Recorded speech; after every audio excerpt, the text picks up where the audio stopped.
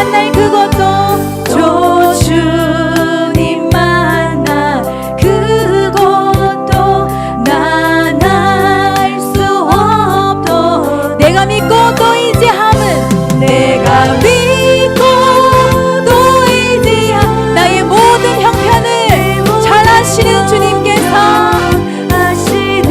나를 늘 보호해 주실 것을 나는 확신하고 믿습니다.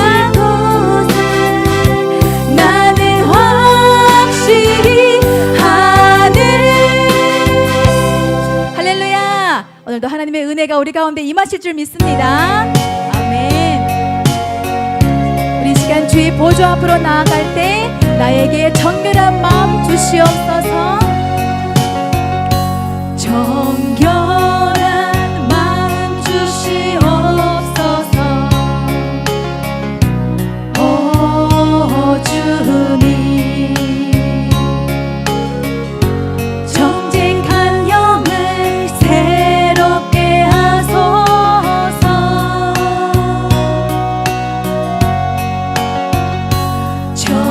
정결한 마음 주시옵소서.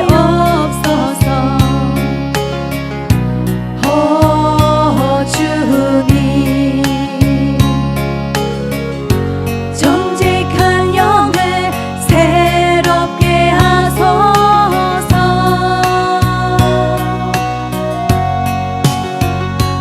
나를 주님 앞에서 멀리하지 마시고 주의 거두지 마옵소서.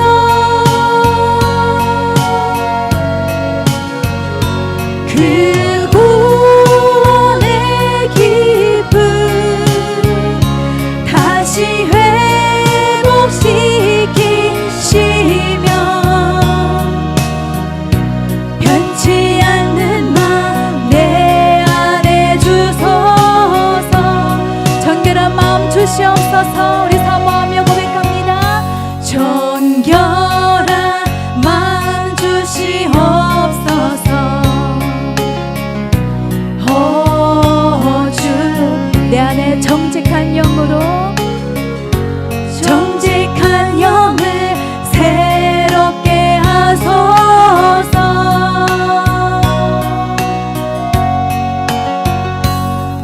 정결한 마음 주시옵소서. 오 주님 정직한 영을 새롭게 하소서. 나를 주님 앞에서 멀리하지 마시고 나를 주님 앞에서 멀리하지 마시고 주의 성령을 거두지 마옵소서.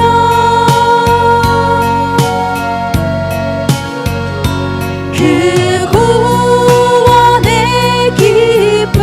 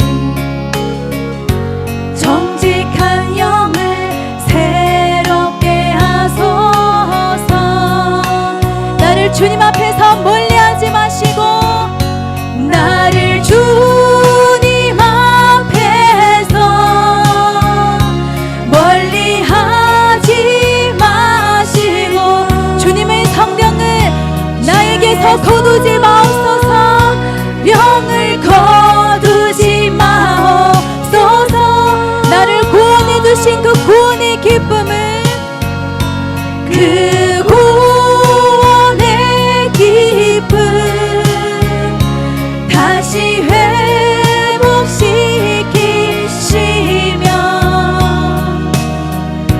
변치 않는 마음 내 안에 주소서. 아멘. 할렐루야. 오늘의 예배 가운데서도 우리가 하나님께 구할 것만 갖고 나아가는 것이 아니라 나를 구원해 주신 하나님에 대한 그 구원의 감격과 기쁨을 갖고 주님께 나아가는 믿음의 예배가 되기를 소망합니다. 아멘. 이 시간 다 같이 박수 치며 우리 찬양하겠습니다. 찬양이 언제나 넘치며 그대로 얼굴이 환해요.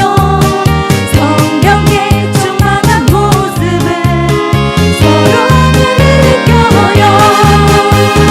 할렐루 할렐루 성벽 지면서 할렐루 할렐루 소리 외치며 할렐루 할렐루 두 손을 들고 주님을 찬양해요.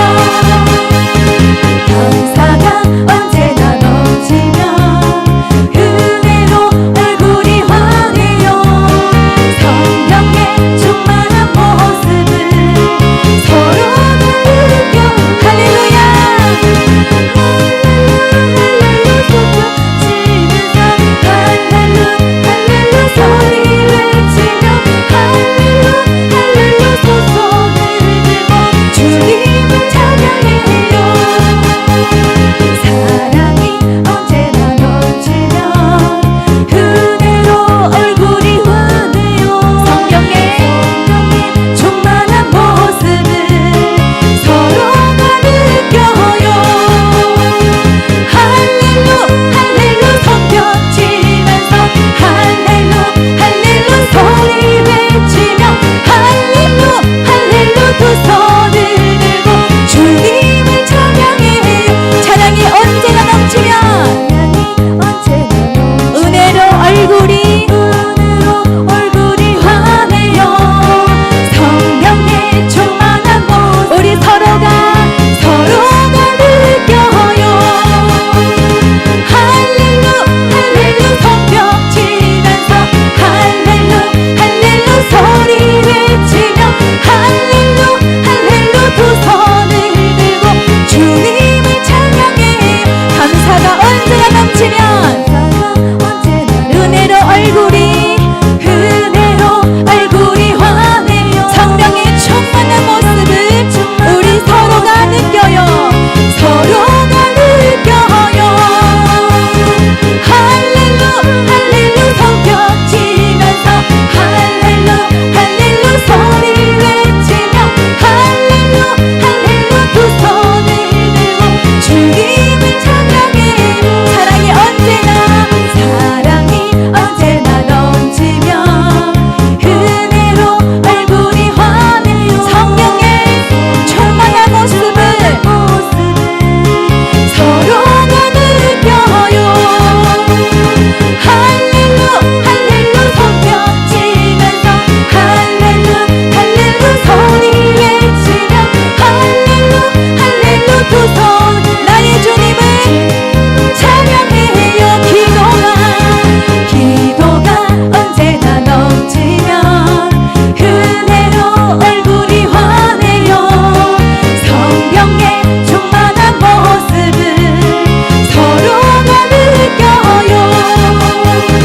할렐루 할렐루 성벽 치면서 할렐루 할렐루 소리 외치며 할렐루 할렐루 두 손을 들고 주님을 찬양해요.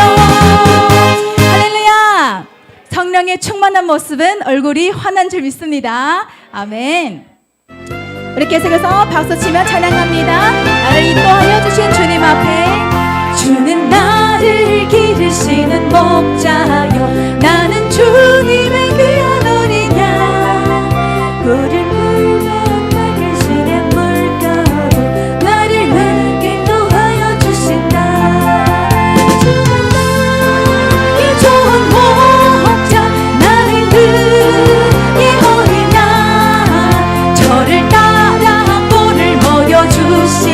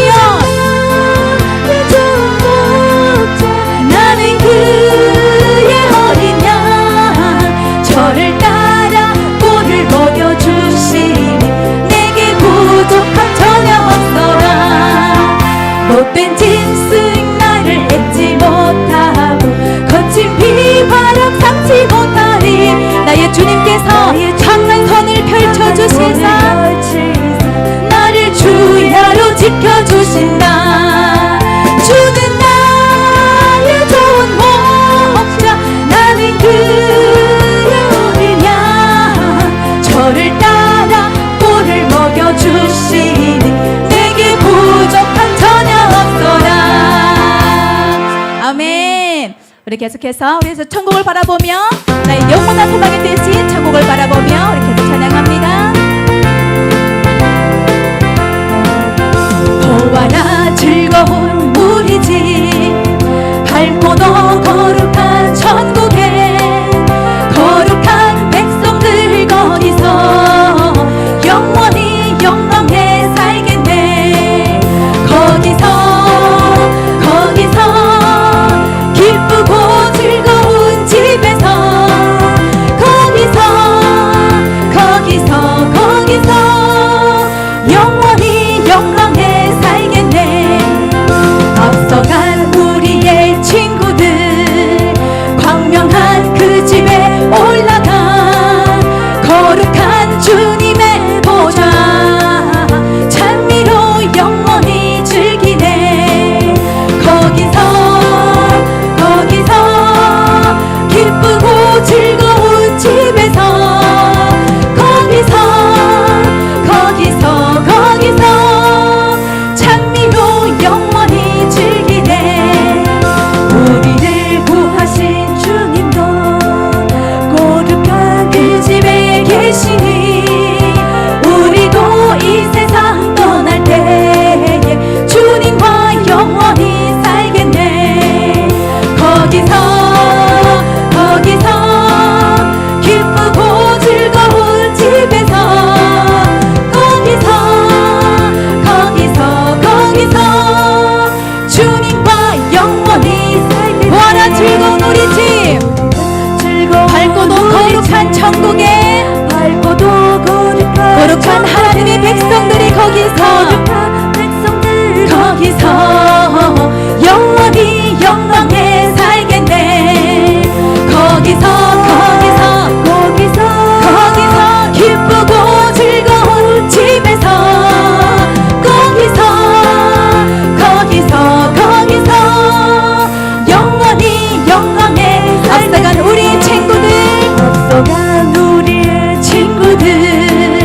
광명한 그 집에 올라 거룩한 주님의 보좌 앞으로 주님의 보좌 찬미로 영원히 즐기네.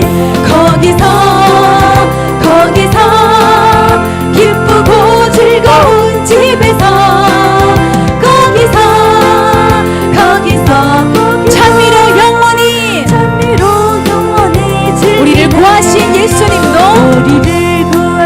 거룩한 그 집에 계시니 우리도 이 세상 떠날 때에 나의 주님과 영원히 살겠네. 거기서 기쁘고 즐거운 집에서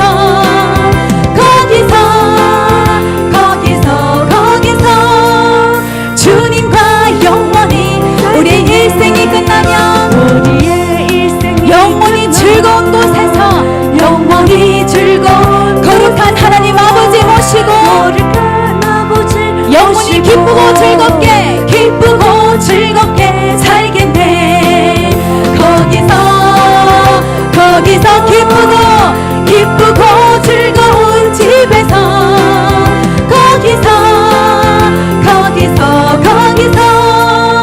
기쁘고 즐겁게 살겠네.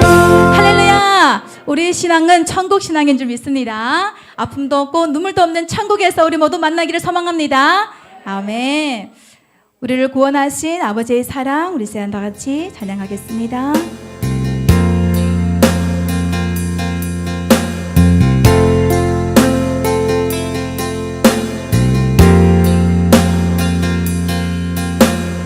아버지 사랑 내가 노래해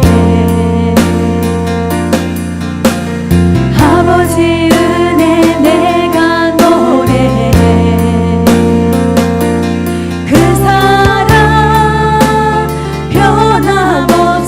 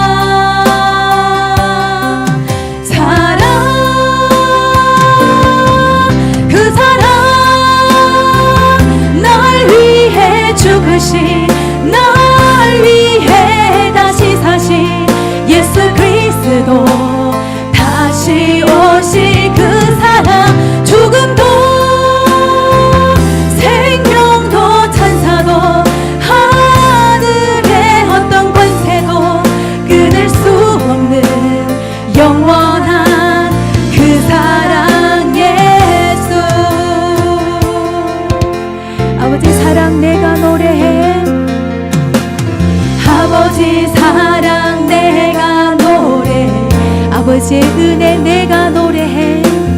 아버지 은혜 내가 노래해.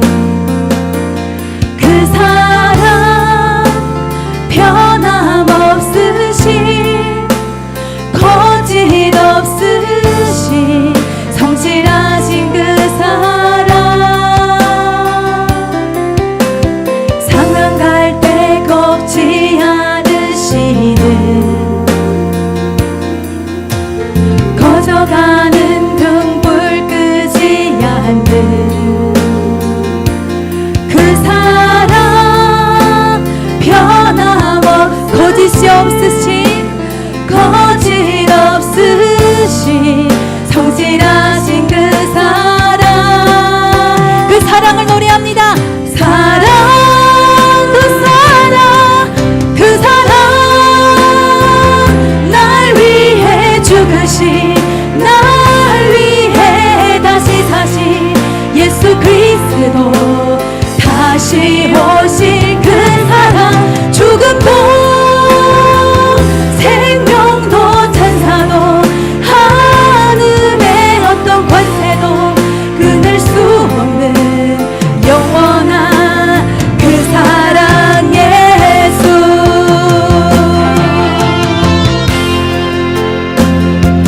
그 사랑 나를 위해 죽으시고 나를 위해 다시 사신 예수 그리스도이시여 장차 다시 오실 그 예수 그리스도를 찬양합니다. 그 사랑 죽음도 생명도 천사도 하늘의 어떤 권세도 끊을 수 없는 영원한 그 사랑 예수 그 사랑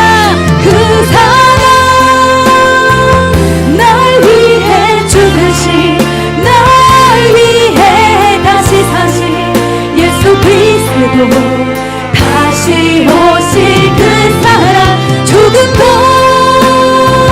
생명도 천사도 하늘의 어떤 권세도 끊을 수 없는 영원한 그 사랑에 우리 그 사랑을 다시 한번 고백합니다. 날 위해 죽으신 날 위해 다시 사신 예수 그리스도 다시 오실 그 아멘 죽음도 생명도 천사도 하늘의 어떤 권세도 끊을 수 없는 영원한 그 사랑 예수 나를 위해 죽으시고 나를 위해 다시 사신 예수님 부활하신 예수님께 우리 영광의 박수 올려드리겠습니다. 아멘 아멘. 우리 시간은 오직 나의 왕 되신 주님을 바라보며 우리 예배는 우리 주인 되신 하나님이신 줄 믿습니다. 이 시간 우리 마음을 다하여 목숨을 다하여 뜻을 다하여 힘을 다하여 주 여호와를 사랑하며 주 여호와를 바라보며 주 여호와를 경외합니다.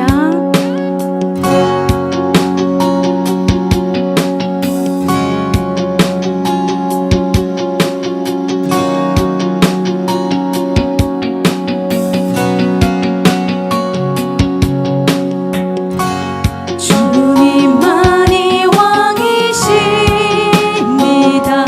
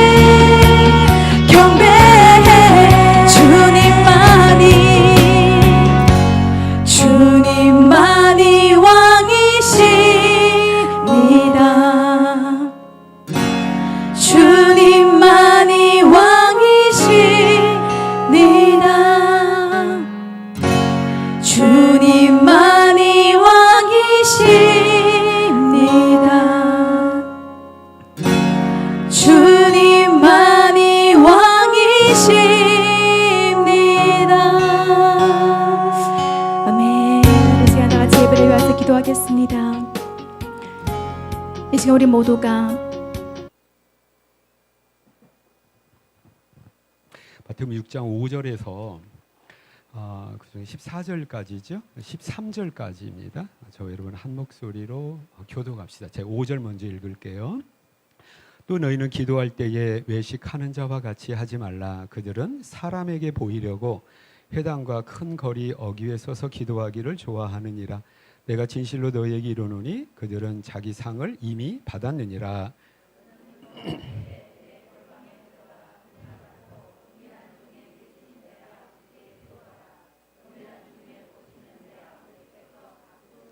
또 기도할 때에 이방인과 같이 중언부언하지 말라. 그들은 말을 많이 하여야 들으실 줄 생각하느니라.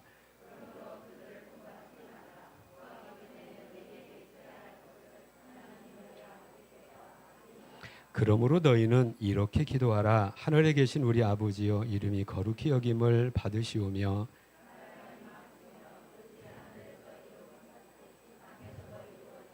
오늘 우리에게 일용할 양식을 주시옵고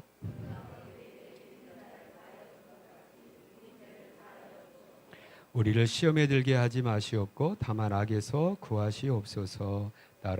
같이 읽겠습니다. 나라와 권세와 영광이 아버지께 영원히 있사옵나이다. 아멘, 아멘. 우리가 익히 아는 주기도문이죠. 주기도문은 다른 의미가 아니라 예수님께서 이렇게 기도해라라고 하면서 가르쳐 주신 기도문입니다. 그래서 주기도문을 근거로 해서, 그러니까 어떤 우리가 기도의 모든 근거가 이제 그 주기도문이 돼야 됨을 우리가 말씀을 통해서 확인할 수가 있겠고요. 특별히 이제 오늘 주기도문의 이제 첫 시간 그 구체적인 내용을 살펴보기 전에 그 서론적인 어떤 그런 부분을 살펴보면서 기도의 의미가 뭔가, 또 우리가 여기 두 가지 오늘 예수님께서 뭐하죠? 이렇게 기도하지 마라, 이렇게 하면 안 돼라고 이제 두 가지를 가르쳐 주셨는데 그 내용을 살펴보면서 우리가 이제 주기도문을 우리가 열도록 하겠습니다. 제가 이제 우리 교회를 섬기면서 우리 교회가 이제 시작이 되면서 1년 동안의 설교에 대한 설교자로서 또 목사로서 가장 큰 직임 중에 하나가 뭐냐면 이제 설교 사역인 거죠. 그래서 기도할 때마다 이제 제가 목사로서 기도할 때마다 하나님 말씀 주세요. 어떻게 설교해야 됩니까?라고 하면서 어떤 1년 동안에 이제 1년 동안에 이제 설교에 대한 계획들을 이제 전체적으로 세우게 돼요. 그래서 몇 년 전부터 지금 그렇게 하고 있는데 예수님의 탄생부터 예수님의 십자가의 죽음과 부활과 승천까지, 그러면 탄생부터 승천까지가 우리 달력으로 하면 몇 월부터 몇 월까지예요? 탄생이 몇 월 달입니까? 12월이죠. 그래서 12월에 이미 교회에서는 어떻게 보면 새해가 시작이 된 거예요. 그래서 12월 때는 항상 이제 예수님의 탄생 즈음한 그런 것들을 우리가 살펴보죠. 그리고 이제 1월 달, 2월, 3월, 4월 부활과 승천이 보통 한 4월 달에 있는 거잖아요. 그래서 그때까지 이제 예수님의 일생을 우리가 지금 살펴봅니다. 근데 예수님의 일생을 살펴볼 수 있는 성경이 4권이 있죠. 마태복음, 마가복음, 누가복음, 요한복음인데, 그래서 이 4권의 복음서를 중심으로 해서 해마다 예수님의 일생을 할 수 있으면 시간적인 또 배경을 소홀하지 않고 그렇게 지금 살펴보고 있습니다. 올해는 지금 어디를 통해서 예수님의 그 생애를 살펴보고 있는 겁니까? 마태복음이에요. 마태복음은 이미 살펴봤는데 다시 기도 가운데 지금 살펴보고 있습니다. 그래서 또 마태복음만 살펴보는 것이 아니라 마태복음의 사이에 또 중요한 빠진 부분이 있습니다. 우리가 지난 시간에 요한에 대해서 살펴봤고, 그 지난 시간에는 4명의 제자를, 초기 4명의 제자를 부르시는 예수님의 어떤 그런 모습 가운데 같이 살펴본 요한복음의 내용이 있었다라고 하는 거죠. 그래서 예수님 탄생과 공생애 때에, 공생애 이제 구세주로서의 사역이 이제 본격적으로 시작될 때가 예수님의 30세쯤에 시작이 됐다라고 누가복음에 어떤 밝혀주고 있고요. 예수님의 구세주로서의 공생의 사역의 본격적인 시작이 2가지 사건을 통해서 이제 시작되는 것을 우리가 또 마태복음을 통해서 살펴봤습니다. 그게 뭡니까? 예수님의 세례 받으심과 또 광야에서 40일간 금식하시고 또 시험 당하시고 승리하심으로서 이제 구체적으로 구세주의 사역을 이제 시작을 하시게 됩니다. 그리고 초기 사역을 이제 어디에서 하시게 되냐면 남쪽 유대 지역에서 사역을 하시는 거죠. 그리고 그때 사역 가운데 4명의 제자를 만나시고 부르시는데 그 4명의 처음에 만난 제자들은 누구의 제자였냐면 세례 요한과 함께했던 어찌 보면 세례 요한의 제자였다라고 하는 거죠. 그러니까 베드로도 처음에는 세례 요한의 제자였었어요. 요한복음에 의하면 그렇습니다. 그래서 이 사람들을 통하여서 이제 한 8개월에서 1년 동안의 초기 사역이 이미 있었고 그 남쪽 유대 지역의 사역을 접고 북쪽으로 이제 이동을 하셨는데 그 이동했던 계기가 뭐냐면 요한이 옥에 갇혔음을 들으시고 그래서 세례 요한이 이제 옥에 갇히게 되고 지난 시간에 살펴본 내용이 뭐냐면 세례 요한이 옥에 갇히고 그 옥에서 어떻게 된다는 겁니까? 목베임을 당해서 죽게 되는 거죠. 그 내용을 우리가 살펴봤습니다. 그리고 예수님은 이제 북쪽 갈릴리 지역에서 사역을 하시는 거죠. 여기까지 내용 이제 요한복음을 통해서 우리가 볼 수 있었고요. 지금 우리는 이제 마태복음 6장인데 쭉 마태복음 몇 장 앞으로 넘겨서 4장까지 한번 넘어가 보세요. 그러면 예수님이 이제 남쪽 유대 사역을 마치고 북쪽 갈릴리로 오셨다는 것이 이제 기록이 되어 있거든요. 4장 23절 보시기 바랍니다. 찾으셨죠? 23절 봅니다. 예수께서 온 갈릴리에 두루 다니사. 지금 어디에서 사역하고 계세요? 갈릴리. 요한복음에 보면 이 앞서 남쪽 유대 사역이 있었는데 이제 북쪽 갈릴리 사역을 하시는 거예요. 그 내용이 뭐냐면 그들의 회당에서 뭐 하셨어요?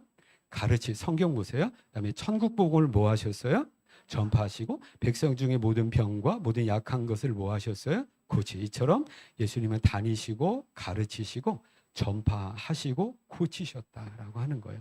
그리고 이렇게 결과 그의 소문이 온 수리아에 퍼진지라. 수리아는 북쪽 갈릴리 지역보다 더 큰 지금의 시리아죠. 수리아 지역에 퍼진지라. 사람들이 모든 앓는 자 곧 각종 병에 걸려서 고통당하는 자, 귀신 들린 자, 간질하는 자, 중풍병자들을 데려오니 그들을 고치시더라. 25절 같이 읽습니다. 시작. 갈릴리와 데가볼리와 예루살렘과 유대와 요단강 건너편에서 수많은 무리가 따르니라. 이러한 사역의 결과가 뭡니까?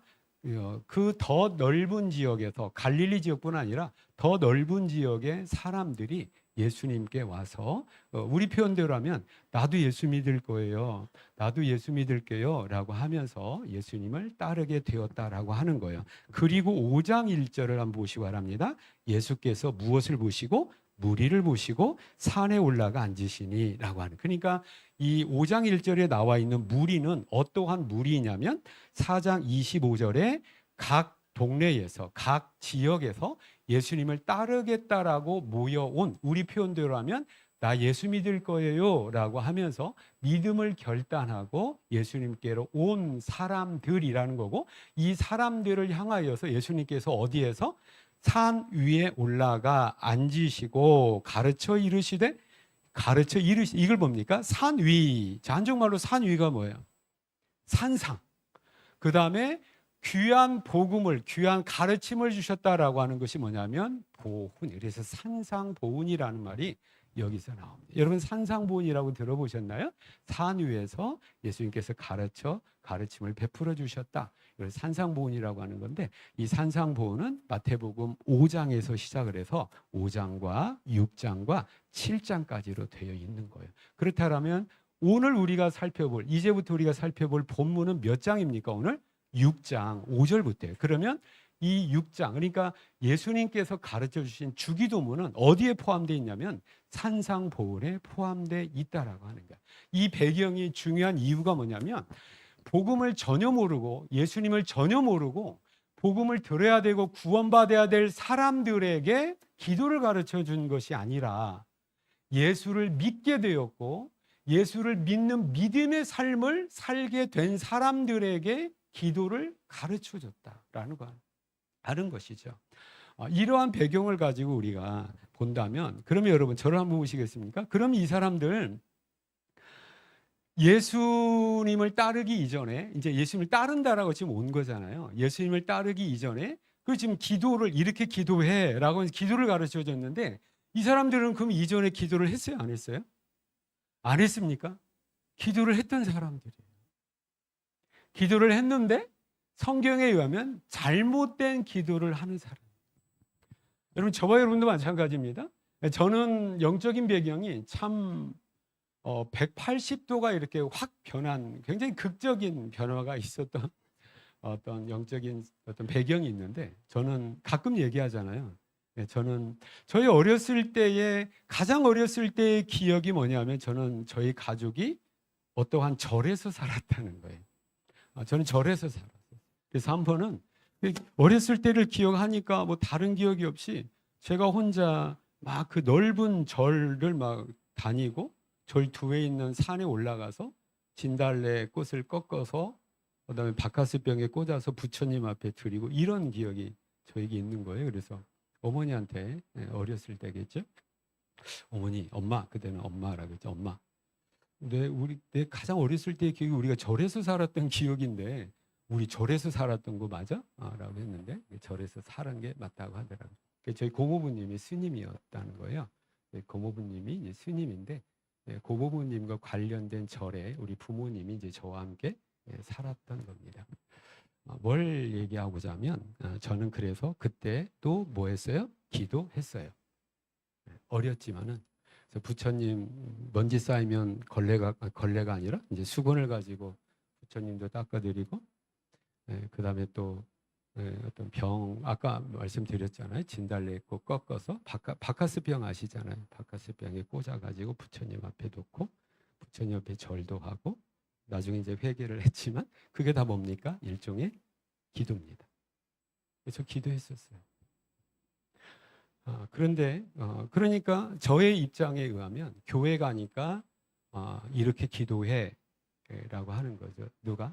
예수님께서, 하나님께서 저에게. 근데 저는 이렇게 얘기할 수도 있어요. 예수님, 나 이전에도 예수님한테 교회 다니기 전에도 기도했는데요. 또 기도해야 돼요? 라고 하는 그런 의미지요. 저와 여러분 마찬가지입니다. 그래서 우리 모든 사람은 하나님 믿거나 안 믿거나 모든 사람은 기도를 합니다. 왜냐하면 우리는 알지요. 어떤 영적인 본성을 우리는 알아요. 누군가의 도움에 의해서 우리는 살 수밖에 없는 연약하다는 것을 우리는 알게 됩니다. 그러면서 뭔가를 의지하게 되는데, 그 의지해야 되는 그 대상이 창조주 하나님이 아니라 헛된 우상이었다라고 하는 그 차이가 있다라고 하는 거죠.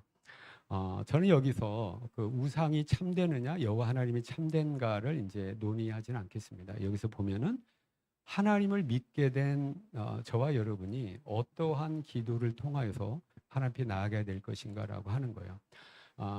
그러니까 기도는 다분히 뭐죠? 우리를 어떻게 복되게 한다라고 하는 그 기능을 가지고 있는데, 여러분 사실 이 기도는 이거보다도 훨씬 더 근본적인 원인이 근본적인 유익이 저와 여러분에게 있다라고 하는 거예요. 저는 어렸을 때 이제 고중학교 때부터 제가 교회를 다니기 시작을 하면서 얼마나 치열한 영적 싸움이 있었겠어요.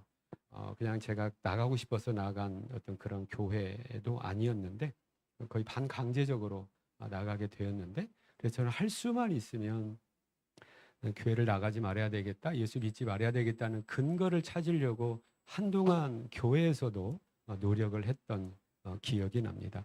그 가운데서 제가 참 고민을 하면서 그때 당시에 전도사님에게 드렸던 말씀 가운데 지금도 기억하고 있는 게 뭐냐면, 지금도 목사가 되고 난 제가 똑같이 그 말을 할 수밖에 없는 그게 뭐냐면, 성도님들, 저와 여러분은 예수 그리스도를 믿고 난 저와 여러분은 두 가지에서 성공을 할 수 있고, 두 가지가 이루어져야 저와 여러분의 인생을 하나님 안에서 바르게 살아갈 수가 있습니다. 그 두 가지 중에 하나가 뭐냐면 하나님의 말씀입니다. 하나님 말씀이에요. 하나님 말씀을 우리가 알고 듣는 가운데 하나님께 대한 믿음이 확고해지고 예수 그리스도에 대한 믿음이 선명해질 줄로 믿습니다. 하나님 말씀이고, 또 하나 뭡니까? 또 하나는 뭐냐면 기도입니다. 그래서 그 전사님이 저에게 그대로 한 것이 하나도 틀림이 없기 때문에 제가 그대로 전달해 드립니다. 하나님의 말씀은 우리의 영혼의 양식이에요. 그 기도는 뭡니까? 우리의 영혼의 호흡입니다. 자, 우리는 영육이 있죠. 영적인 어떤 그 부분이 있고요. 그다음에 육적인 부분이 있어요. 그래서 우리가 우리 육체가 내 건강이 여러분 25년도 이제 본격적으로 시작을 했는데 올 한 해에 정말로 여러분 육체가 무너지고 건강 잃어버리면 정말로 힘듭니다. 올 한 해 하나님의 은혜 가운데 육체가 건강함 가운데 올 한 해를 잘 지나가야 되는 우리 성도님들 다 되시기를 축복합니다. 그런데 우리가 육체가 건강하지 못할 때 육체가 느끼는 어떤 건강하지 못하구나 라고 하는 증세가 있습니까? 없습니까? 있습니다. 밥 먹는데 소화가 안 돼요. 그 다음에 머리가 아프거나 뭐 예전과 같지 않은 어떠한 증상이 내게 느껴질 때 우리는 뭔가 막연하게나마 염려스러움 가운데 내 몸이 뭔가 잘못됐구나, 내 몸이 뭔가 고장이 나 있구나라고 하면서 어디를 가게 됩니까? 병원을 가서 검사를 하게 되는 거죠. 그래서 이제 고치는 거잖아요. 근데 우리 영혼도 마찬가지입니다. 영혼이 뭔가 잘못되어 있고 영혼이 뭔가 병들어 있을 때에 병들어 갈 때에 느끼는 부분이 딱 두 가지. 하나가 뭐냐면 하나님 말씀에 대한 부분이에요. 하나님 말씀을 읽어도 도저히 이게 읽혀지지가 않는 거죠. 또 한 가지 하나님 말씀을 들어도 들려지지가 않습니다. 만약에 그렇다면 여러분 지금 내 영혼에 뭔가 문제가 있다는 거예요. 이게 증세예요. 물론 우리 자매님과 같이 이제 교회 두 번째 나오는데 그래서 우리 박경희 입사님에게 제가 어젠가요? 그제 전화를 해서 참 새로 모시고 온 새 가족을 앞으로 이렇게 안내한 것이 너무 잘했다라고 했어요. 왜냐하면 제일 앞에 있으니까 졸 수 있어요, 없어요? 전혀 없거든. 근데 지금 내 말이 들려요, 안 들려요? 도대체 한국말 하는 것 같은데 들리진 않는 거예요. 왜냐하면 모르니까 안 들리는 거거든요. 우리 자매님은 뭐예요? 하나님 말씀을 이제 배우면 되는 거예요. 그럼에도 불구하고 우리 조성혜 집사님이 목사님이 지금 뭔가 좋은 말을 하는 것 같은데 내 귀에 안 들린다. 그러면 성매 집사님 뭔가 지금 영혼에 암병 좀 그렇고 뭐가 지금 잘못돼 있다는 거예요. 그러니까 이제 새해가 됐으니까 우리가 어찌 됐든 간에 결단을 하잖아요. 뭐 담배 끊는 결단도 하고 술 끊는 결단도 할 텐데 영적인 결단도 합니다. 하나님 말씀을 읽어야 되겠다. 이 결단 굉장히 하잖아요. 근데 지금 이미 한 달이 지났는데 2월 첫 주인데 아마 제 예상으로 레위기쯤 가가지고 헤매고 있거나 이미 거의 다 돌아가시지 않았을까 지금 생각이 돼요. 그래서 지금 레위기 이거 도저히 이거 나하고 안 맞아. 어디로 가요? 신약으로 갑니다. 신약 가서 이제 마태복음 어떻게 넘어가고 누가복음 3장의 족보에서 아마 또 다 사망하지 않으시요. 이렇게 됩니다. 대부분 이제 그렇게 가는 거예요. 이러면은 뭔가 우리에게 문제가 있다는 거죠. 하나님 말씀 읽어도 읽혀지지가 않는 거예요. 또 지금 우리가 하나님 말씀 듣고 있는데도 이 하나님 말씀에 대한 기대가 없거나 뭔가 이게 마음에 울림이 없는 거죠. 이건 분명히 내 영혼에 뭔가 문제가 분명히 있다라고 하는 굉장히 위급한 징조입니다. 이건 신호예요. 또 하나 뭐냐면 하나님께 대한 기도에 대한 부분이에요. 기도는 다른 거 없습니다. 기도 막혔다 그러면 이건 딱 나오는 거예요. 여러분 기도하려고 눈 딱 감았는데 항상 기도가 나오나요? 기도가 막힐 때 있어요, 없어요? 잘 들어보세요. 재미있는 이게 언어 유희이기도 한데 기도가 막히면 기도가 막힌 거예요. 이거 괜히 얘기했네. 기도가 막히면 뭐가 막혔어요? 이게 막혔어요. 숨 못 쉰다는 거예요. 그러니까 이게 지금 영적으로 뭔가 큰 문제가 있다는 거죠. 그래서 하나님 말씀과 기도가 균형이 이루어짐 가운데 원활하게 이루어질 때에 신앙생활을 잘하고 있다라고 하는 그것을 우리가 느끼게 된다라고 하는 거죠. 이런 의미에서 우리 교회가 이제 하나님 말씀 그동안에 상대적으로 우리 중국 동포들의 신앙생활을 보면 뭐가 막 우리가 두 바퀴가 균형이 있어야 되는데 하나의 바퀴가 비정상적으로 굉장히 컸어요. 그 부분이 뭐냐면 제가 생각할 땐 기도였던 거예요. 뭐가 좀 약했어요? 하나님 말씀이 약했어요. 그래서 저는 우리 교회에서 이제까지 하나님 말씀 굉장히 말씀을 강조했는데 그러다 보니까 본의 아니게 예상하지 못한 결과가 뭐냐면 점점 기도가 약해지는 거예요. 그래서 안 되겠다 싶어가지고 이제 주기도문을 통해서 우리가 이제 기도를 회복하는 그러한 은혜를 또 우리가 올 한 해 있어야 되겠다라고 하는 거죠. 그래서 기도입니다. 여러분 지금 기도 어떤가요? 저부터 이제 몸부림을 치고 있는 것 같아요. 지난 명절 잘 보내셨어요? 박경립 선생님 잘 보내셨어요? 근데 왜 이렇게 피곤해 보여요? 네, 아무튼 명절은 피곤. 오늘 아침에 차량 운행하는데 어떤 권사님이 이제 명절 없었으면 좋겠다고 하는 거예요. 그래서 어떻게 보내셨구나 이제 짐작을 하게 된 것 같아요. 저는 이번 명절은 참 행복하게 보낸 것 같아요. 애들이 이제 결혼들을 하니까 시댁을 가야 되니까 미리 다 다녀갔어요. 지난 주일 날, 토요일 날 다 다녀가서 명절에는 이제 막내가 또 출근한다고 그래서 저는 오랜만에 우리 기도원 가자라고 해서 명절에 기도를 갔는데 너무 행복한 시간, 또 하나님께 기도할 수 있는 그런 시간을 보내게 되었습니다. 그래서 복사부터 기도하고 기도를 해보게 되겠다라는 생각이 듭니다. 그래서 여러분 기도에 대한 이 부분 우리가 주기도문을 통하여서 기도를 회복하게 되는 저와 여러분 다 되시기를 축복합니다. 다 되시기 축복합니다. 그러면서 예수님께서 이제 겟세마네 동산에서 이제 기도를 하시는 모습을 우리가 이제 볼 수가 있는데요. 누가복음 한번 펴보시겠어요? 누가복음 22장이에요. 누가복음 22장인데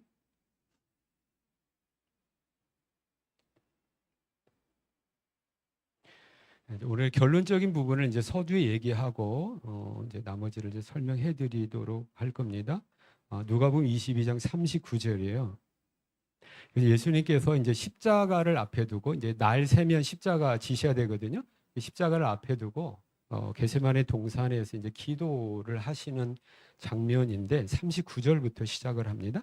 39절 한번 읽도록 합니다. 시작. 예수께서 나가사 습관을 따라 감람산에 가심에 제자들도 따라 이 제자들 12명의 제자들을 따라갔지만 3명의 제자를 이제 또 따라가 이렇게 따로 떼서 이제 기도를 하시는 걸 우리가 보게 되는데 39절에서 굉장히 중요한 표현이 부사적 표현이 하나가 나오는데 뭐냐면 습관을 따라입니다. 그러니까 예수님 지금 십자가를 앞에 놓고 있는 엄청난 사건을 앞에 놓고 있기 때문에 하나님 아버지의 도움을 구하기 위해서 기도한 거예요. 이런 엄청난 사건, 위기 상황 가운데 우리는 기도할 것 다 압니다. 그런데 예수님의 기도는 단지 큰 위기 가운데 큰일 앞에 있으니까 하나님 아버지의 은혜를 능력을 구하기 위해서 기도한 거가 되겠지만 이 기도는 그냥 어느 날 갑자기 급한 상황에서만 이루어진 특별한 상황에서 이루어진 특별한 일이 아니었음을 표현하는 것이 뭐냐면 습관을 따라예요. 그러니까 예수님의 하나님 아버지와의 그 교제, 기도는 뭐가 돼 있다는 겁니까? 습관화가 돼 있다라고 하는 거예요. 우리가 복음서에 보면 예수님의 기도하는 모습이 참 많이 나옵니다. 우리가 이미 살펴본 내용 가운데서도 세례 받으시고 40일간 금식하시고 금식 자체가 뭡니까? 기도지요. 또 한 가지 예수님 12명의 사도를 부르실 때에도 밤을 새워 기도하시고 12명을 부르시는 장면이 나옵니다. 우리가 잘 아는 오병이어 사건 이후에도 많은 사람들이 놀래고 있을 때에 많은 사람들을 흩어보내시고 제자들을 건너편으로 가게 하시고 예수님은 홀로 남아서 뭐하고 계세요? 하나님께 기도하고 계시는 거예요. 그러니까 예수님의 기도의 모습은 어떤 특별한 모습이 아니었고 뭐예요? 이미 뭐가 되어 있는 거예요? 습관화가 되어 있는 거죠. 저 여러분 기도가 어떻습니까? 저와 여러분의 기도가 이미 습관화가 되어서 매사 모든 범사가 하나님 앞에 기도의 제목이 되고 기도의 근거가 되고 기도의 동기가 되어지는 저와 여러분 다 되시기를 축복합니다. 그래서 예수님의 기도의 깊이를 우리가 어떤 쉽게 표현될 수 있는 게 이 겟세마네 동산에서의 이 기도가 마태복음에도 표현되어 있는데 마태복음 26장이에요. 마태복음 26장 한번 보시겠습니다. 그중에 40절 말씀에 보면 이 기도하시고 예수님께서 기도하시고 박경임 쌤 옆에 자매님과 같이 보시면 됩니다. 기도하시고 이제 제자들에게 오시는 거죠. 40절입니다. 마태복음 26장 40절에 찾으셨죠? 앞에 보면 같이 읽습니다. 제자들에게 시작. 제자들에게 오사 그 자는 것을 보시고 베드로에게 말씀하시되 너희가 나와 함께 한 시간도 이렇게 껴여 있을 수 없더냐. 아멘. 여러분 이 말씀의 배경을 보면 제자들 참 아니 어떻게 이럴 수가 있나. 예수님이 지금 이제 기도 끝나고 바로 로마 병장들에게 잡히시고 새벽에 불의한 재판을 받으시고 십자가를 지거든요. 예수님이 지금 그걸 염두에 두고 몇 시간 앞에 있는 십자가를 염두에 두고 기도를 하시는 거예요. 그리고 제자들과 함께 뭐 하기를 원하세요? 제자들도 나와 함께 기도를 해달라, 기도를 하자라고 하는 건데 지금 제자들은 기도를 합니까? 못해요. 정말 한심하잖아요.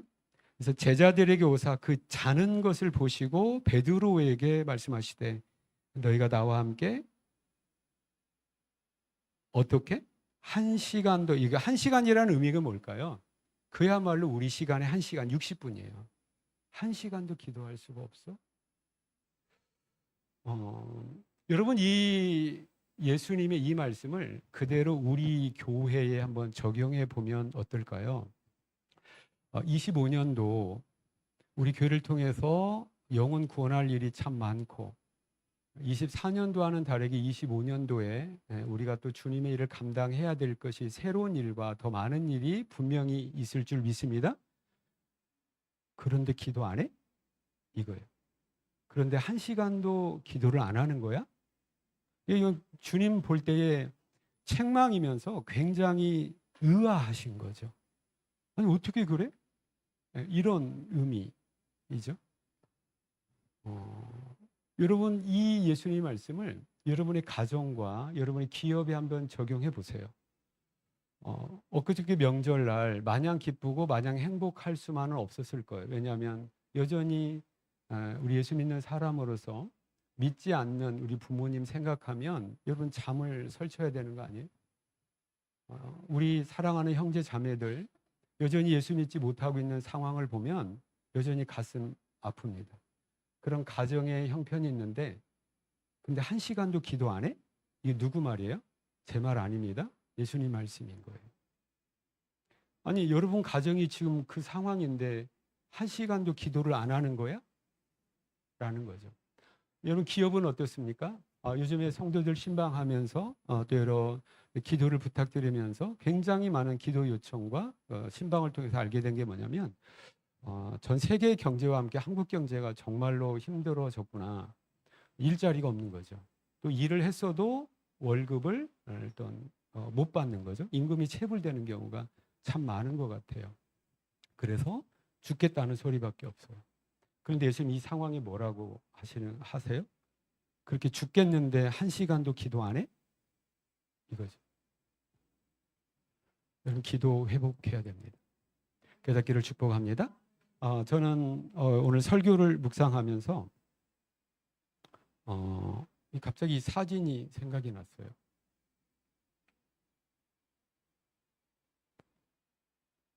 방송실 좀 도와주세요. 네, 이겁니다.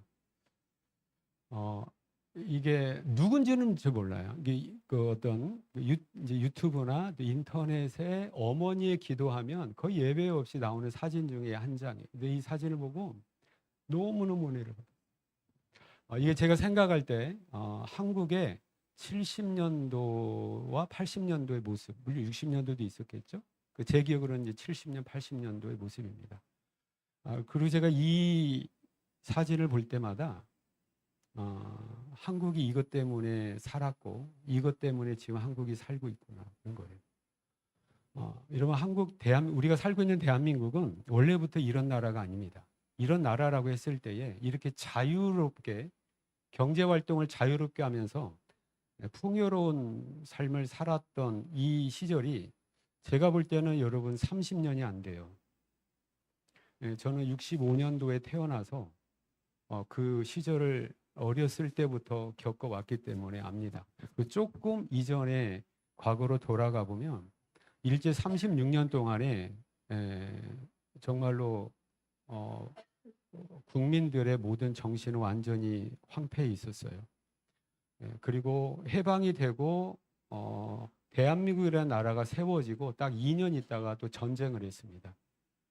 그나마 일제 시대에 그 얘네 인터넷 나가 이분들이라고 할게요. 이분들 일본 분들이 이 어떤 만주하면 동북 삼성입니다. 만주와 조선 반도를 효과적으로 침략하기 위해서 철도를 도와줍니다. 그리고 공장을 건설해 줘요. 우리 잘 살게 하기 위한 게 아니에요. 그건 이제 다 뽑아가려고 하는 거죠. 그런데 한반도 조선 반도에 공장과 모든 산업 시설이 어디 있었냐면 북쪽에 있었습니다. 왜 북쪽에 있냐면 북쪽은 그래도 자원이 있어요.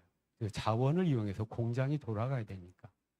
그때 일제가 세워준 조선반도의 유일한 전기 공급처가 발전소가 있는데 수력 발전소가 압록강변에 세워져 수풍이라는 곳에 다 북쪽에 있는 거예요. 여러분 중국에 가장 먼저 세워진 자동차 공장이 어디에 있는 뭐예요? 장춘에 있는 질이에요. 그 왜냐하면 일본이 그 동북 삼성이 나라 하나 만들잖아요. 그 무슨 나라예요? 만주국을 만들어요. 그러니까 청나라에서 그 지역을 떼서 지들이 먹겠다는 거예요. 그래서 거기를 일본식으로 개발을 해요. 그래서 거기에 자동차 공장이 가장 먼저 세워지게 된 거예요. 장춘이 만주국의 수도 아닙니까? 장춘에서 오신 분들 만주국의 수도 사람들인데 그런 거예요. 근데 결과적으로 그러니까 해방이 되고 난 다음에 남북한으로 딱 나눠졌잖아요. 그 북쪽에 이제 김일성이 전기를 끊어버렸어요. 그러니까 압록강 수풍 발전소인데 전기를 끊어버린 거예요. 그러니까 남한에 전기가 있어요, 없어요? 없어요. 이게 1950년대의 어떤 그 모습이에요. 남한에 전기도 없었어요. 공장이 없었어요. 그런데 그나마 있었던 그 비천한 모든 산업시설이나 모든 사회 간접 자본의 모든 것들이 3년 전쟁 가운데 완전히 다 무너진 폐허가 돼버립니다. 그때 외국의 도움 없으면 지금 대한민국은 없어요. 그러니까 그 대한민국 도와주겠다고 온 나라가 어떤 나라예요? 그 중에 하나 필리핀이 와서 우리 도와줬어요. 그리고 저 아프리카에 나이지리아라는 나라가 우리 도와주러 왔어요. 그 도움 없었으면 우리 전쟁 못 이겼습니다.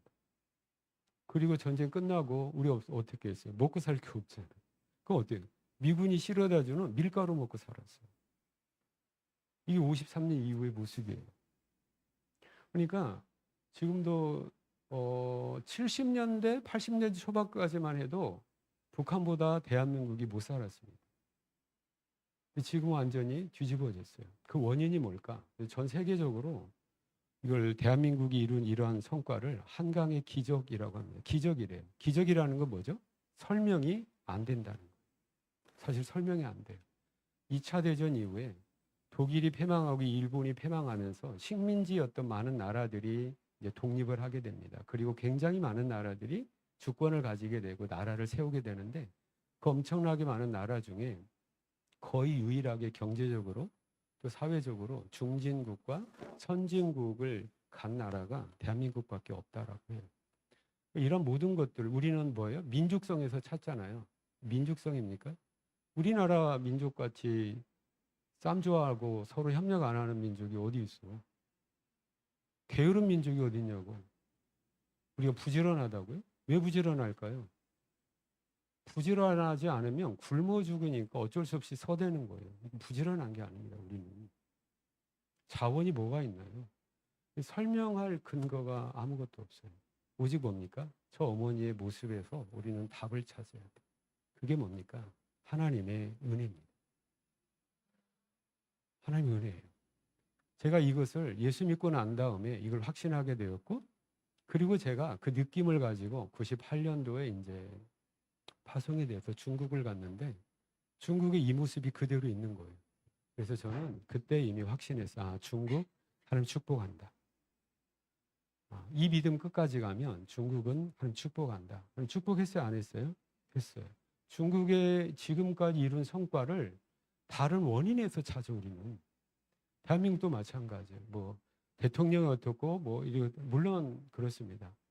이승만이라는 대통령이 우리나라를 세웠다라는 것에 대해서 우리는 하나님께 감사해야 돼요. 이승만은 나라 세울 때 미국과 같은 기독교 입국론을 해야 된다. 그래서 그분은 미국을 동조하지 않았어요. 미국에서 굉장히 싫어해서 미국에서 죽이려고 했어. 근데 미국을 이용해서 이 나라 이민족이 하나님을 인정하는 그런 나라가 돼야 된다라고 하는 거예요. 그렇게 세워진 나라입니다. 그래서 헌법을 처음 만들기 위한 1950년도 이제 투표를 통해서 이제 7월 17일 날 헌법을 만드는데 처음에 국회 인민대표대회를 열 때 이승만 의장이 거기 목사님이 한 분 계시는데 그 목사님 통해서 기도하고 시작합시다라고 해서 이 나라는 기도하고 시작한다. 우리가 이걸 놓쳐.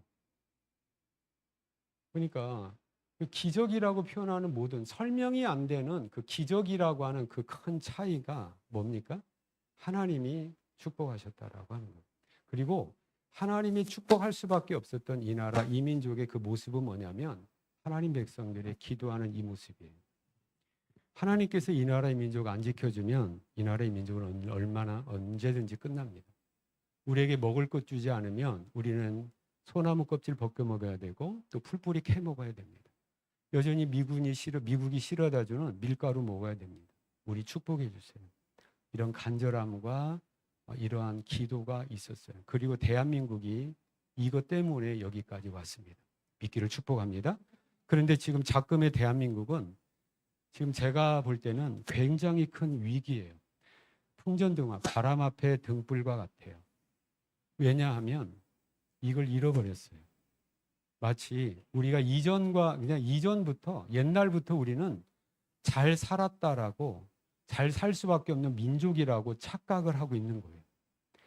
그러니까 하나님의 은혜, 여러분 신명기서를 보면 너희가 가나안 땅에 들어가서 살 때에 절대 교만하지 말아라.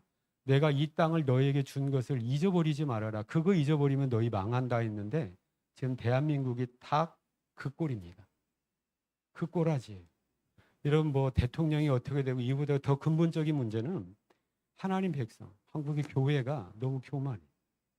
하나님의 은혜인 것을 하나님의 은혜였기 때문에 하나님의 은혜를 계속적으로 덧입고 힘입어야 이 나라 이민족이 계속 갈 수 있다라고 하는 그 간절함 가운데 드려지는 예배와 기도가 없어졌어요. 여러분 어떻습니까? 저와 여러분, 자 한국 교회 뭐 얘기할 필요 없어요. 저와 여러분 어떻나요? 전 중국에 처음에 갔을 때에 대단하다. 감사합니다. 헌신적인 어떤 그런 예배와 하나님 앞에 물불 안 가리고 헌신하는 그 모습과 지칠 줄 모르고 하나님 앞에 올려드리는 기도의 모습을 보고 하나님께서 중국 교회를 사용하시고 중국을 축복하시겠다라고 저는 확신했어요. 근데 어느덧 기도가 잦아들고 기도가 식어져 버렸어요. 자, 다른 거 필요 없어요. 예수님 말씀 딱 적용해 봅시다.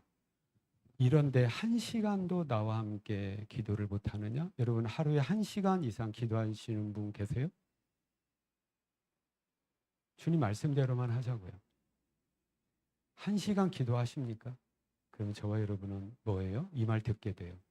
나라 꼴이 이건데 1시간도 기도를 안 하고 있단 말이에요. 여러분 가정에 이런 어려움이 있고 이런 해결해야 될 문제가 있는데 1시간도 기도를 안 하고 있단 말이에요. 우리 각자가 하나님 앞에 해결해야 될 문제들이 있는데 1시간도 기도를 안 하고 있단 말이에요. 이 안타까움과 이 주님의 책망을 아멘으로 들으시는 저와 여러분 다 되시기를 축복합니다. 그래서 우리는 기도를 이미 맛봐봤던 사람들이에요. 저는 그걸 의심하지 않습니다. 혹시 기도가 힘들어 죽겠고 내가 기도해야 되겠다라고 하는데 눈만 감으면 온갖 잡생각 때문에 기도에 훈련이 안 된 분들은 제가 이제 방법을 알려드릴 거예요. 근데 우리가 중국에서 어땠습니까? 기도를 하고 방언으로 기도하고 여러 가지로 기도하고 5분 기도한 것 같은데 눈 떠보면 어느덧 3시간 기도한 그 모습 우리가 회복하지 않으면 25년도 우리 교회에 희망이 없습니다. 우리가 살고 있는 대한민국의 희망은 뭡니까? 정치가들 의존할 수가 없잖아요. 법의 어떤 법관들 멋있게 망치 두드리고 있지만 그 사람들이 얼마나 편협되어 있고 얼마나 편향적인 걸 우리가 지금 보게 됩니다. 그 사람들 의지할 수가 없어요. 오직 의지하고 신뢰해야 될 것은 누구예요? 하나님인 거예요. 깨닫기를 축복합니다. 깨닫기를 축복합니다. 한 가지 염려하지 말아야 될 것은 뭐냐면 저와 여러분은 이미 승리가 보장되어 있는 믿음의 삶을 살고 있는 거예요. 그래서 믿음의 삶의 결과는 뭡니까? 항상 축복이고 승리예요. 왜 그렇습니까? 예수님이 승리하셨고 예수님이 이기셨기 때문인 줄로 믿습니다. 근데 그 과정 가운데 우리는 그런 뭐예요? 이미 승리하신 예수 그리스도의 승리의 그 승리가 나에게 하늘의 능력이 나에게 덧입혀지는 하나님께서 정하신 방법이 두 가지라니까요. 그 하나가 뭡니까? 말씀대로 살아가는 순종의 모습이에요. 깨닫기를 축복합니다. 또 하나 뭡니까? 한 시간도 기도 못해? 뭐 하자는 거죠? 기도요. 야고보서에 보면 너희가 받지 못하면 왜 받지 못하는 거예요? 구하지 않았으니까 못 받는 거예요. 다른 거 없어요. 말씀대로만 우리가 믿고 순종합시다. 그럼 뭐 하면 돼요? 하늘의 능력이 우리는 우리 힘과 능력으로 세상 살아갈 수가 없어요. 우리 살아봤잖아요. 살아봤는데 안 되잖아요. 안 되니까 뭐예요? 하나님의 하늘의 능력을 힘입어야 저와 여러분이 살아갈 수밖에 없어요. 인정하시기를 축복합니다. 그런데 하나님의 능력을 내 삶의 현장, 내 개인의 인격 가운데 내 것으로 만들 수 있는 그 말씀과 또 하나 뭐예요? 이게 기도예요. 그리고 기도하지 않으면 안 돼요. 그래서 여러분 기도에 대해서 배우는데 뭘 기도에 대해서 배워요? 그냥 기도하면 되는 거예요. 기도를 회복하시기를 축복합니다. 그러면 이거 한 가지 제가 여러분에게 가르쳐 드려요. 1시간 기도하는 거야. 여러분 1시간 기도할 때 자 기도해야 돼. 우리 김정화 권사님 굉장히 은혜 받고 있어요. 왜 기도를 안 했거든. 그러니까 이제 기도를 해야 돼. 자 기도해야지. 우리 권사님은 여러분 기도하는 자리가 어디가 가장 효과적이고 가장 좋아요? 교회입니다, 교회. 근데 우리 교회 한 120명의 성도 가운데 거의 한 5, 60%는 교회 근처에 사시지 않아요. 다 차를 타고 멀리서 오시는 거예요. 그러니까 교회에서 기도할 수가 없어요. 그럼 어디서 기도해야 되냐면 삶의 현장에서 기도해요. 가장 효과적인 게 어디냐면 여러분 가정이에요. 여러분의 가정이 하나님 앞에 기도하는 기도의 제단을 쌓는 곳이 되기를 축복합니다. 그러면 여러분 1시간, 여러분 주님 말씀하셨어요? 1시간도 기도를 못하는가? 이거는 우리의 미니멈 최소한의 기도 시간을 이렇게 확보해야 된다는 거예요. 그러면 최소한의 기도 시간과 이것을 가능하게 하는 장소를 확보해야 돼요. 여러분 언제 시간이 지금 박경희 목사님 언제예요? 새벽에. 그다음에 어디가 좋겠어? 책방에. 그거예요. 근데 이제 우리 박경희 목사님은 안 그런데 이제 옛날에 박경희 목사님 버전이에요. 23년도 버전으로 제가 설명을 해보면 자 목사님이 성경에 보면 1시간 기도하라. 자, 몇 시간 기도해야 돼? 최소 1시간 딱 기도해야 돼. 눈을 딱 감아. 근데 5분간 막 하는데 뭐가 갑자기 딱 생각이 돼. 내 가스 불 껐나? 이 생각이 딱 들면 그 다음에 기도가 딱 막히고 가봐야 안 가봐야 돼? 안 가보면 이 가스 폭발하면 어떻게 하지? 눈 뜨고 가는 거야. 기도 깨져. 또 돌아와가지고 자 이제 5분 했으니까 이제 나머지 55분 채워. 딱 눈 감았는데 내가 화장실 갔다 와서 또 잠갔나? 또 생각이 나. 또 일어나서 화장실 한번 갔다 와야 돼. 제가 무슨 말씀 드립니까? 여러분 기도에 집중이 되나요 안 되나요? 오만 생각이 다 드는 거예요. 그러니까 기도에 집중할 수가 없어요. 여러 원인이 있습니다. 그런데 가장 간단한 건 뭐냐면 다 잠그고 끄고 딱 앉으면 돼요. 자, 1시간 기도하는 방법 간단합니다. 1시간 앉아 있으면 돼요. 처음에는 몸살 대사를 할 겁니다. 가스 생각도 나고 왜 갑자기 화장실 가고 싶은 생각이 드냐 말이야. 전에는 3시간 동안 아무 문제가 없었는데 기도만 하려면 어때요? 화장실 가고 싶은 생각이 나. 갑자기 막 똥이 나오려고 하고 갑자기 막 오줌이 나오려고 갑자기 또 뭐 그냥 하은이가 막 갑자기 일어나 버리네. 얘가 막 7시까지 자는 애가.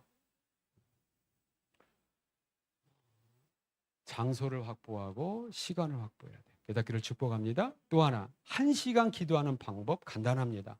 정말 간단한데 훈련이 필요한 건 뭐냐면 그 자리에 1시간 앉아 있습니다.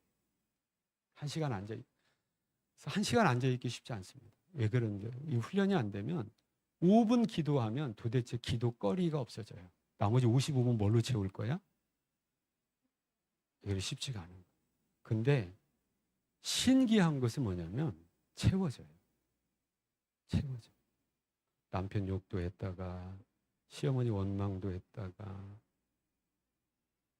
그래서 1시간 앉아 있으면 집중이 되고 그때부터 성령 하나님이 도와주세요. 그래서 1시간 기도가 가능합니다. 그래서 제가 여러분 우리 달달이 교회에서 교회 공동의 기도표 드립니까 안 드립니까? 드리잖아요. 저는 개인적으로 작년까지만 해도 우리 교회의 비전이 123이었어요. 100명의 예배자, 20개 소그룹, 3개 처소인데 이 원래 저는 이 개인적인 중국에 있을 때 개인적인 저의 개인적인 신앙의 어떤 루틴이에요. 습관이에요. 그 123은 뭐냐면 앞에 100은 뭐예요? 100분 기도예요. 그래서 대부분 아침에 한 60분 기도하고 저녁에 한 40분 하면 되겠다 이거고 20은 하루에 20장 이상 성경을 읽는 거예요. 또 한 가지 3은 뭐냐면 3사람 이상 만나서 전도하는 거예요. 그것이 이제 교회 비전으로 이제 123이 됐는데 저의 어떤 그 습관이 그거죠. 근데 제가 기도표를 놓아드리고 저도 이제 기도표대로 기도를 해요. 저는 이제 지금 거의 기도표를 안 보고 기도하는데 이 기도만 하더라도 이런 100번 훌쩍 넘어가 버립니다. 기도표를 이용을 안 해. 우시현 집사님 기도표 우리 교회 기도표 알고 있어요? 있는 거 알아요? 그거 알기는 하는구나. 어디 냉장고에 붙여놨어요? 아니, 그거 어디 있어요? 마음속에 있어요? 네. 이용하세요. 우리 교회 환우들 이름까지도 다 있어서 그걸 이용하시면 됩니다. 실제적인에서 주기도문이 이렇게 은혜로운 내용 이거 사실 쓸데없는 거예요. 이것 가지고 뭐 하자는 거예요? 기도해야지. 기도에 대해서 배우는데 기도를 안 하면 이것까지 모순되는 행동이 어디 있습니까? 모순되는. 하나님의 백성들이 기도를 안 하니까 이런 엉뚱한 일이 생기게 돼요. 제가 국민일보 신문을 보다가 깜짝 놀랐어요. 한번 다시 한번 화면 바꿔주시겠어요, 황성 씨? 국민일보인데 헤드라인이 뭘로 돼 있죠? 무속인 시절. 그러니까 이 집사님 됐어요. 부산의 모 교회에 집사님이 됐는데 이분이 그 지역에서 굉장히 유명한 무당이었어요. 무당인데 이분이 이제 집사님이 됐는데 무속인 시절, 점쟁이 시절에 자기를 찾아온 손님 중에 40%, 100명이면 40명이 교회 다니는 기독교인이었대. 그리고 사모님도 있었대. 우리 배선수 사모가 여기 갔는지 안 갔는지 모르겠어. 또 한 가지 우리 권사님이 여기 있대. 우리 권사님. 김정원 선생님 여기 가신 적 없잖아요. 그죠? 그러니까 이게 지금 한국교회 현실이고 우리 영적인 이게 현실이에요. 왜 갈까요? 우리 이분이 이제 쭉 내용 가운데 뭐냐면 신년에 이렇게 많이 온대요. 그러니까 올해 어떻게 될지 몰라서 불안해서 온다는 거예요. 그 사모님이 불안해서 점쟁이한테 가서 올 한 해 어떻게 되겠어요? 누구한테 물어보는 거예요? 여러분 점쟁이가 자기 생각대로 합니까? 뭔가 의지해서 내놓습니까? 아니에요. 자기 생각대로 안 합니다. 귀신이 있습니다. 이 점쟁이가 무속인이 섬기는 신이 있어요. 신이 있어요. 그래서 이분이 얘기할 때 그냥 심심풀이로 그냥 여러분 커피숍이나 우리 젊은이들 커피숍 가보면 동전 하나 넣으면 이렇게 뭐 하나 나오잖아요.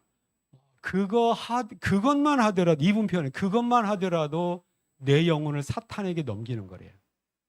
그다음에 우리 젊은이들 요즘에 타로점이라고 해서 카드 같은 걸로 해가지고 대학가의 타로 우리 심심풀이 그런 거 심심풀이로 하는 한 번이 뭡니까? 내 영혼을 사탄에게 넘겨주는 행동이래. 이거 굉장히 조심해야 된다는 거예요. 그런데 귀신한테 하나님의 백성이 귀신한테 가서 자기의 앞날을 물어보고 방법을 물어봐요. 누구도? 사모님도 권사님도. 그러니까 이분이 굉장히 유명하니까 굉장히 많은 사람이 왔을 거라고요. 그 중에 40%. 왜 그런가요, 우리? 왜 이렇게 불안하죠? 왜 이렇게? 주님 말씀. 1시간도 기도를 안 하는 거예요? 1시간도 기도를 안 하니까 하나님 말씀이 안 들리죠. 하나님 방법이 없는 거예요. 하나님의 능력이 나에게 임하지 않으니까 교회 다녀도 답답한 거예요. 하나님 말씀이 없거든. 하나님의 능력이 없거든. 저와 여러분, 올 한 해 다른 어떠한 것보다도 하나님 앞에 기도를 회복하게 되고 습관적으로 기도하는 예수 그리스도의 그 습관적인 기도의 모습이 저와 여러분의 모습이 되기를 축복합니다. 그래서 아직 기도가 서툴고 우리 새가족 새신자들 기도가 서툴고 말씀이 서투르면 우리 교회 공동체가 같이 도와드릴 거예요. 함께 기도하고 기도해 드리고 이미 교회 다니고 예수 그리스도에 대한 믿는 믿음을 또 하늘에 신령한 것을 맛본 저와 여러분들 빨리 회복해야 돼요. 이거 회복하지 않으면 여러분 우리가 살고 있는 대한민국 여러분 소돔과 고모라가 죄인이 많아서 멸망당하지 않았어요. 의인 10사람이 없어서 멸망당했습니다. 대한민국을 향한 하나님의 심판이 의인 10사람이 없어서 심판이 임하지 않게 돼야 되는 거예요. 그 의인 10사람 중에 저와 여러분이 그 의인 10사람으로서의 대한민국을 살리는 우리 교회 공동체, 우리 동포 성도님들 다 되시기를 축복합니다. 여러분, 예수 그리스도의 복음의 능력은 이미 사탄의 권세를 이기고 죽음의 권세를 이미 이기셨습니다. 우리는 믿음으로 기도 가운데 말씀 순종함으로 가면 승리하신 예수 그리스도의 승리와 능력이 나의 것이 돼서 우리 교회 것이 되고 우리 가정과 기업의 것이 되어서 올 한 해도 하나님의 은혜 가운데 넉넉하게 이기고도 남음이 있게 되는 저 여러분 다 되실 줄로 믿습니다. 습관을 따라 기도하신 예수님의 기도의 모습 1시간도 기도할 수 없느냐라는 예수님의 안타까운 책망의 모습이 어떤 저와 여러분이 그대로 적용이 돼서 기도 가운데 승리함으로 올 한 해도 넉넉하게 승리하게 되는 저와 여러분 다 되시기를 축복합니다. 기도하시겠습니다. 하나님 은혜를 감사합니다. 세상이 참 어지럽습니다. 어지러운 세상 가운데 우리 가정이 참 힘듭니다.